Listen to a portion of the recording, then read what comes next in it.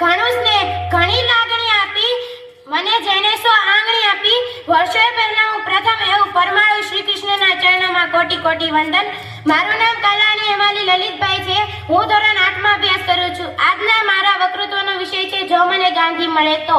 મને આશા છે કે તમે બધા મને ધ્યાનપૂર્વક સાંભળશો. પરમ શ્રદ્ધેય ગુરુજનો અને વડીલો, અપૂર્વ દૈદિત્યમાન ચેતનાનો તાર રણજણે જ્યાં હું એને શોધવા ને સ્વપ્ન સામું મળે. સાચે આમ જ બને કે ઉઘાડું અંતરની આંખો અને સામે મને ગાંધી મળે.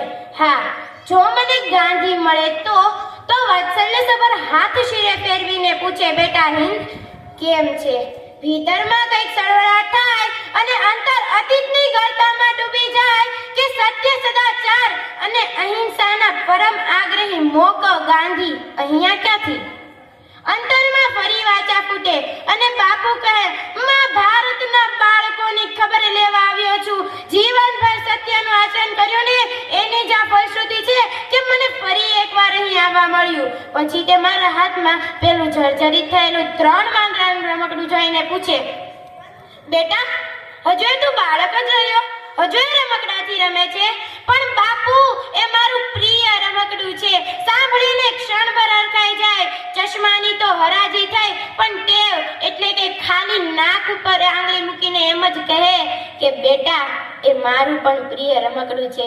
ભલે ને જોતું નથી, બોલતું નથી અને સાંભળતું નથી, અને રમકડું વચમાં જ બોલી ઉઠે કે બાપુ તમે તો ચાલ્યા ગયા બોલીને હે રામ.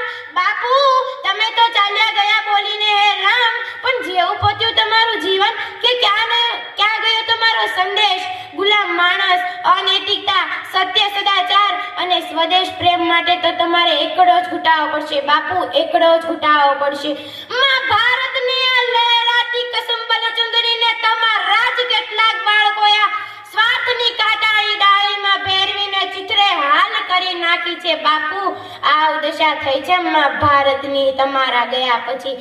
મારા પ્રિય રમકડા અને ગાંધીજીના સંવાદથી કદાચ મને શ્રી મેઘાણીજી સમજાય અને બાપુથી કહેવાની ઈચ્છા થાય કે સત્તા નિયમોની જાલ ધારા કેરી જુગાલ ભોળા કંગાલ કાજ ફાસલા પસારે ધનિકોમાં લંત મુક્તિ ગરીબોના લાલ રક્ત સત્તાના ભક્ત આજ સોસે કર ભારે બહુદિન આ સત્ય સયા જીવન નિર્વીર્ય થયા બંધુ તવે શયા પ્રાણ નવરચના માગે જાગો જાગો ગુલામ આવી પહોંચ્યા મુકામ ઇન્સાફી તખ્ત પર કરાલ કાલ જાગે દેવા ઘાતીના ઘોર દંડ કાલ જાગે દેવા ઘાતીના ઘોર દંડ કાલ જાગે.